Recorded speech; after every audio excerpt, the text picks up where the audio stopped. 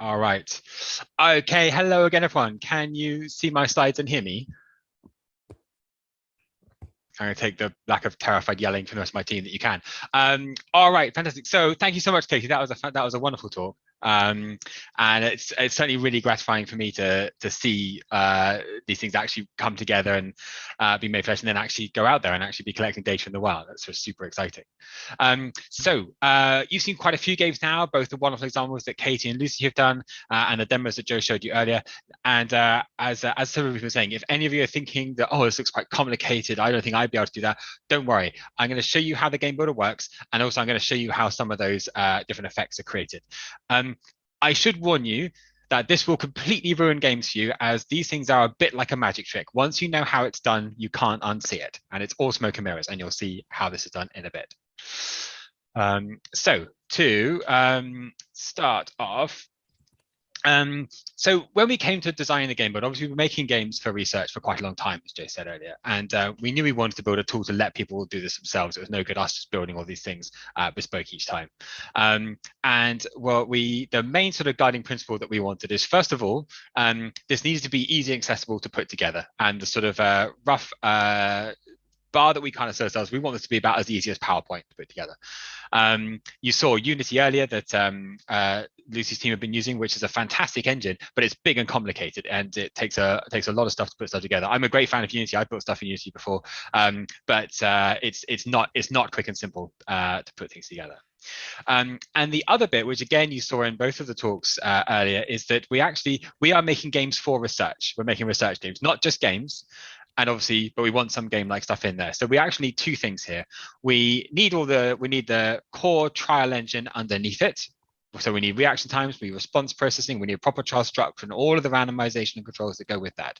And you saw that in both the talks earlier. We still need all of the kind of stuff we're essentially used to when we're building our sort of mainline reaction time tasks, but we want this game tick on top. We want this particle engine on top, and we want this animation system on top. And it's the two together that is how Game Builder kind of comes together to give you all of the systems that you need, but with all of the experimental power that you need in order to actually do research with it. So the first core bit, as people said, is the animation system.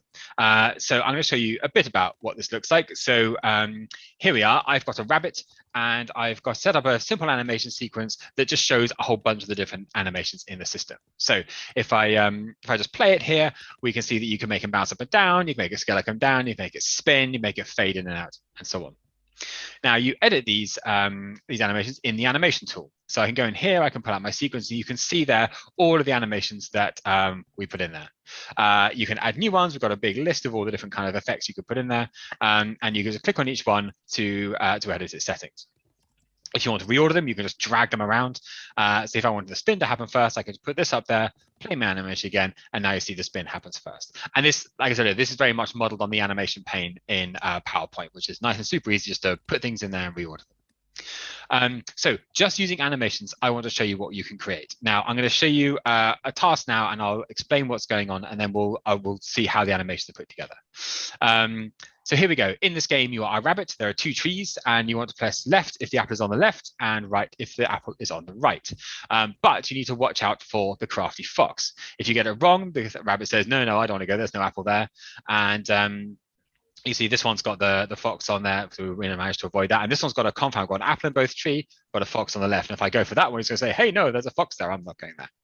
So that's that task. Let's go. I'm going to show it to you again, and we're going to just call out the animations that are happening. Okay, so that's a move. There's a shake on the little branches, and the apple appears and moves up. The rabbit goes in, the apple falls down, the rabbit comes out again. There's quite a nice thing. What we're doing here when the rabbit moves to the tree is we're moving the rabbit, and we're also scaling it down, which gives us quite a nice curve effect that looks like the rabbit's moving into the screen. But all it is just a move and a scale happening at the same time. So all we're doing is just layering those animations on top of each other over and over again, and that's how we do most of the things that we want to do in these games. So I'm not going to take you through building this whole game, but I want to show you just the first few steps so you can see how easy it is. So here I've got a completely new game. It's completely blank, nothing in there yet. So we'll add a trial, which is going to be the beginnings of what I was showing you. And so the first thing we do is add a sprite. A sprite is just the game word for an image on the screen. This is going to be the tree, so we drag our tree image in. There it is. And now we can just pick it up and drag it around and resize it, just like I showed in the task builder earlier. We can give it a better name. We're going to have 2 trees eventually, but we're just going to build the stuff on the right to start with. And now we're going to build our apple. So we want our apple texture to go in there. So again, we grab the apple image, push that in there, and good, that's huge. Let's make that a bit smaller, kind of put it where we want it. And now we're going to animate it. So we open up our animation tool. We're going to add a clip called appear. This is when the apple just appears. And we want to do 2 things. First of all, we want to just to sort of fade in, and we'll give that a little duration, just a short amount of time for it to fade in. And then we want just to move up in the air a little bit, just to kind of give us some movement and draw attention to it, so it's really, really salient. So we put those 2 things in there. We want to add another component just to make sure that the apple starts invisible and only shows when we animate it. And just for now, we'll just make that animation appear on the start. Obviously, later we'll make it appear after the rabbit's played. So now we play our little scene, and already we can see the animal appears and moves up a little bit. So that's how easy it is to just start putting these animations in, and from there we just keep doing more and more and more of those. So the rabbit is done in exactly the same way with a sprite and an animator, and adding in those different layers. The second big part of games that we want is the particle intervention. Now, a particle system, we've seen quite a few of these in some of the previous demos. These are used for effects like fire, smoke, explosions, on all that kind of thing. And it's very simple. It's just a single image that keeps getting emitted from a central point. And you can control how many get emitted, how big they are, how fast they spin, and when they fade out.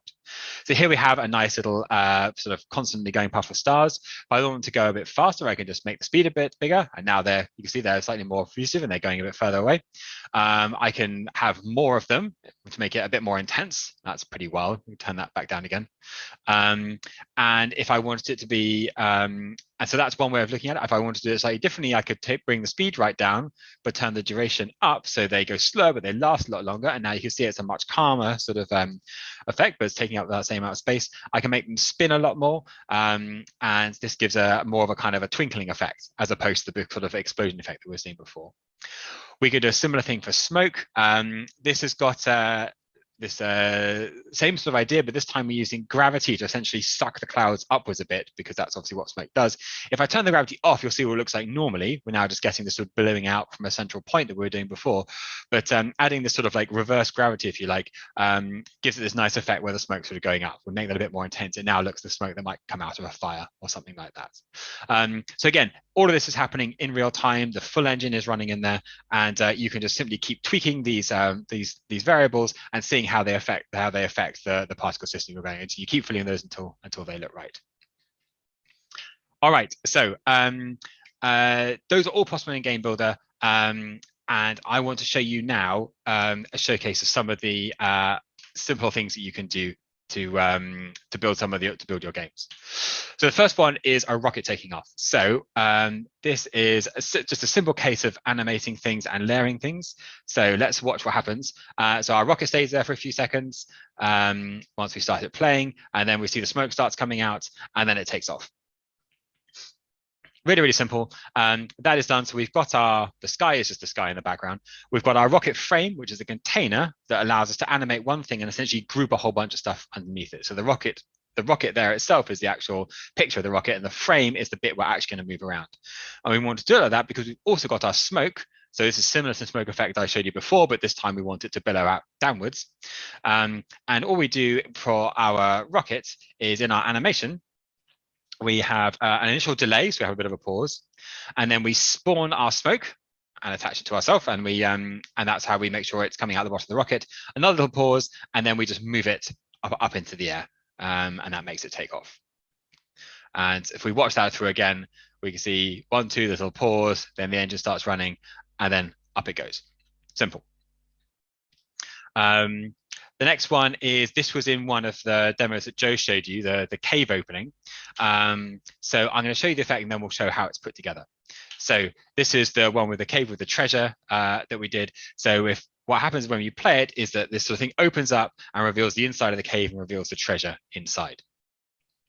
The way that's done is by just layering up assets really cleverly. These are all of the art assets, though, that row of 3 along the top that we're using to create this effect. So we've got a background, which is the one on the left. There's then a foreground, which is the one on the right. And there's finally a mask, that kind of jaggedy black outline. So when we layer them all up, we get what looks like this sort of combined cave. The black outline means we then can put black all around the edges, so we don't have any sort of edges of the screen that look a bit strange. But the key bit is that between those first two images, in between those two, that's where we're going to put our door. I'm going to show you this again, but without the blacks around, so you can see how it's done. So here I've got the background and the foreground and the gem. So that one's there. That's got the main background. What we're going to do is add. I'm just going to use a simple quad for this, but obviously you could use an image with a nice kind of rocky texture. I'm just going to use just a grey square for this. And all we need to do is essentially, I'll make it a bit bigger so it's about the right size.